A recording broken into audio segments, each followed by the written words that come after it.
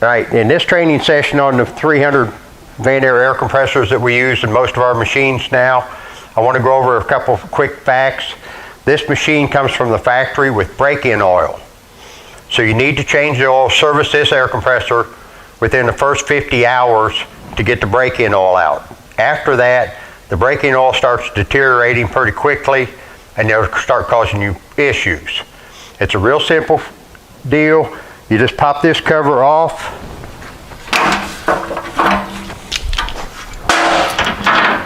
Your drain line for your motor oil, drain line for your compressor oil, right here together. When you service a VanAir, you service the air compressor and the motor. It comes in a kit from VanAir, and you do it all at the same time. Comes with everything you need, oil, filters, everything you need. Just make sure that you maintain it the first 50 hours. After that, it's once a year or every 500 hours, whichever comes first. So that's really important to maintain that. Other than that, this machine's in really solid construction. It's made with a couple double redundancy systems in it. It has low oil temperature switches, both electric and air. The only problem about the air ones, you have to maintain your air tank drains. Keep them drained to keep moisture out of your switches. That could cause you issues if you don't.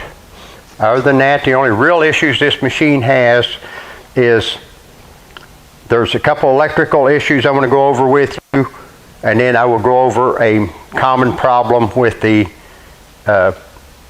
air compressor pump. Okay, now we've opened the compressor up and we're looking down from the top side. This is over on the battery side. This is where all your relays are at, your fuse block, and your electrical thermocoupler. The biggest issues you're going to have out of this machine is if you ever turn the key on the control box and you have no power, first thing you want to do is you want to check, make sure you have 12 volts in your battery. If you have 12 volts in your battery, but you don't have power, there's a fuse come down here off the back of the starter,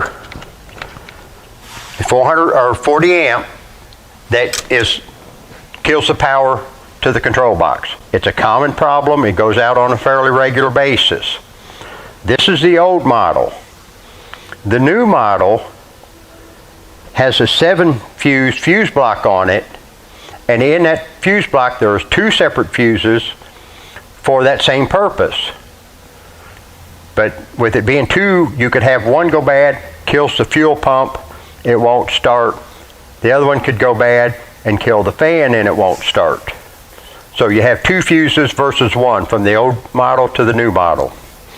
The second issue you might come across is this little block right here is a thermocoupler, 400-degree thermocoupler. If this goes bad or works properly, it kills the power to your control panel, but your control panel will flash for 3 or 4 seconds, all the lights on it. That's telling you the thermocoupler just kicked off. If you can go back in 5-10 minutes and restart your air compressor, the thermocoupler is not what shut it off, but one of these 2 wires that feed it are loose. It will short and arc out and fool the thermocoupler into shutting off. If it actually shut off because the thermocoupler hit 400 degrees to shut off, it takes 45 minutes to an hour before you'll be able to restart your air compressor. So just kind of keep that in mind if this ever happens, that you may just need to tighten those 2 bolts right there and fix it, then you don't need to replace the thermocoupler. The next thing I want to show you is a real common problem with these, and it's because you're not draining the water out of it efficiently and you're not keeping the water drained out. If you ever have an air compressor pump that does not kick on properly, or it kicks below 90 to when it's cycling, it should kick off at 150, start back at 90. If it ever drops below 90 pounds of pressure, this is what you need to look at to fix. All you have to do is take the breather off the compressor and you pull this air intake control valve out. Now, it's not that easy to pull out. It's machine fit in there. You got to work at it to get it off. But this is the air intake control valve. This is a really, really common problem on these machines. I'm going to show you how to take it apart and clean it. All right, it's a real simple valve to take apart. If you take the top screw off, nut off, take the spring out, pull the plunger out of it. If you pop this center piston out, you can see how this one's a little dirty. That's from where water and oil got in it and dried up. What happens, this is a pressure O-ring. That means when you put pressure on it, it expands out. If this gets dirty and gommy with the oil and water, it doesn't release properly and won't let it release. What happens is it comes up with pressure, but it won't release because it's got stuff behind it and it won't go back down, which kicks it back on. It's real simple to clean. You just take it apart, blow water, brake clean behind that, clean it real good. Do not oil these. These go back together dry. They do not need to be lubed. But clean this O-ring real good. Clean the crud out of it and the moisture and water out of it. Put it back together, and that should fix your air control valve, and it should kick off and on just like it's supposed to. We have not had to rebuild one of these yet, but they do make a rebuilt kit if that ring is damaged or is stretched out or any other reason that you would need to replace it. You can get a repair kit for that. Okay, another common problem that we have with these air compressors, and it's on both styles, is sometimes the generator quits working. Now, all of these have a capacitor on them. It's zip tied right there on the back of the generator. This is the generator out of the 300. This one's a little more complicated because in order to get to this, to change that capacitor, you have to remove the battery and the battery tray.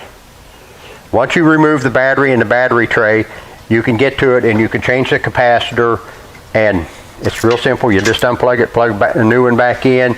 It's really not very expensive, and it solves that problem. Unfortunately, on these 300s, it's a little more complicated than that. Now on this unit right here, they diagnosed it as needing a capacitor. They put a new capacitor in, it didn't fix it. So then they say, the warranty people say, oh, well, it needs a new generator, we'll send you a new generator. Put a new generator, fixed it, works. Well, they ship this one back to the warranty department, and a few months later, the warranty department ships it to me. And I asked them, I said, why did you ship it to me? And she says, well, turn it over.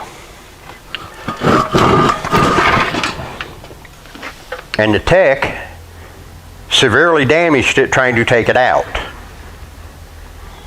So we're going to ask you to not do anything on these units if you don't really know what you're doing. Don't spend a lot of time on diagnosing it if you don't know what you're doing.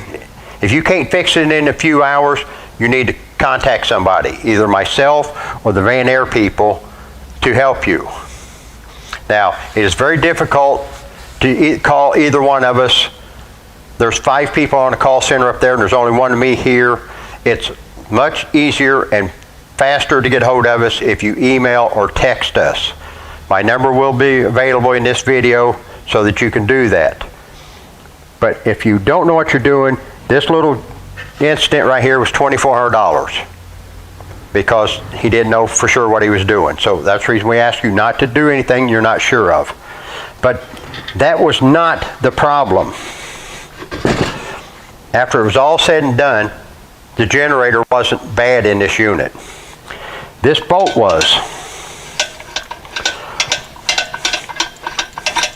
This bolt goes through there, and you cannot be removed when it's in the unit itself, but you can turn the front shaft and nothing happens. The reason is it is a 2-piece shaft, 110 on one side, 220 on the other side. With this bolt being loose, it's not making contact with the shaft. This should be recessed up inside of there. when it's tight. So all I have to do is tighten this bolt back up and this generator works again. But because I have it now, I'm going to use it for class and show you what not to do. The only thing that I can suggest that you do if you get one of these that's loose is pull it back enough to put a pair of channel locks on here. This is a nut. Pull the nut off and put a lock washer on it. It comes with a flat washer instead of a lock washer. That should eliminate this ever coming off. This has happened dozens and dozens of times in the few years that we've been using these machines. Now that we've got this information to the engineers, the newer ones now come with a lock washer. We should not have any more problems in the future, but we still have over 200 of these machines out without a lock washer on it. So it's that simple to fix. Or if you ever get one that when you turn your generator on and it squeals like a metal brakes with no pads, that's this. It's slipping between the shafts. So you need to make sure, if that's doing that, to pull this off and tighten. Sometimes the generator will work, sometimes it hits and miss, but it squeals really bad. Check this out and tighten this up. That usually fixes it.